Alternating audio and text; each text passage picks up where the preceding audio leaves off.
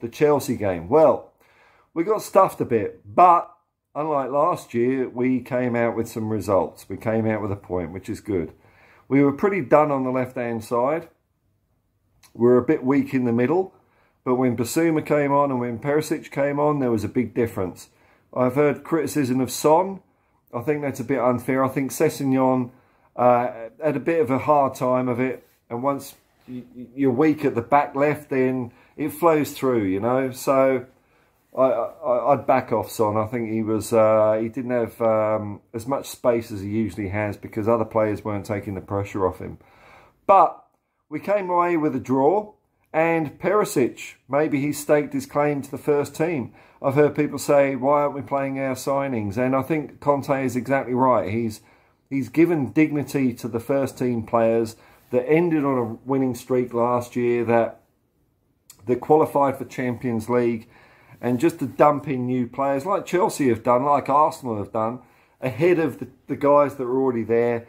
It's a bit disrespectful. We didn't do that when we signed Bentancur and Kulusevski. They had a bit of a soft entry, as far as I can remember. I think they came on as substitutes, but then really it was injury that made it more emphatic that they would keep their place. And once they got in there, they stuck in there, and every player will get their chance. I think Conte is absolutely the man for the club. You know, when we compare his behaviour against Tuchel, I think Conte didn't want to be that guy, the aggressive guy, but sometimes you just get pushed a bit.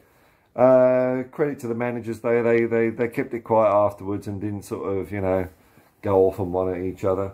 As for the goals that we scored, I didn't see the hair pulling incident.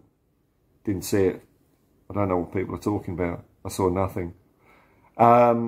And as far as Richarlison being obscuring the goalkeeper's sight for the second goal, then I don't know what people are talking about, because the goalkeeper didn't seem to be too shitty. But here's the important thing. The Dreamo-meter shows that we've gone from 74 to 75. And that 1 point is pretty tricky for Tottenham. Pretty tricky. So we've gone from 74 to 75. The dream is alive. Liverpool lost another 2 points.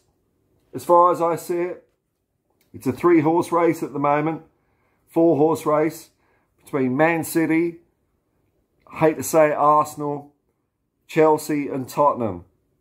The thing that I think gives us the edge over Arsenal and Chelsea, the thing that struck me in the Chelsea game was when you looked at Chelsea's bench, it wasn't strong. Remember last year when we look at our bench and you think, oh God, who's he going to bring? Is he going to bring on the Celso, Winks?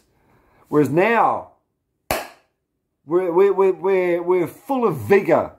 But I don't see that on the Chelsea bench, and I don't see that on the Arsenal bench. They have made some good signings, but I don't think they've got the depth of character to beat us. Because we went to the Stamford Bridge ground, that shithole of a place, and we played like rubbish, and we came away with a point. And you know what? That's what you got to do if you're going to be in the mix, and that's all you can ask for. I think all the players. You know, we gave the ball away, but you couldn't question their effort. And that's all you want. Be in the mix. You want to give 100%. And that makes me smile, man. It was a good weekend at the office. Come on, you Spurs.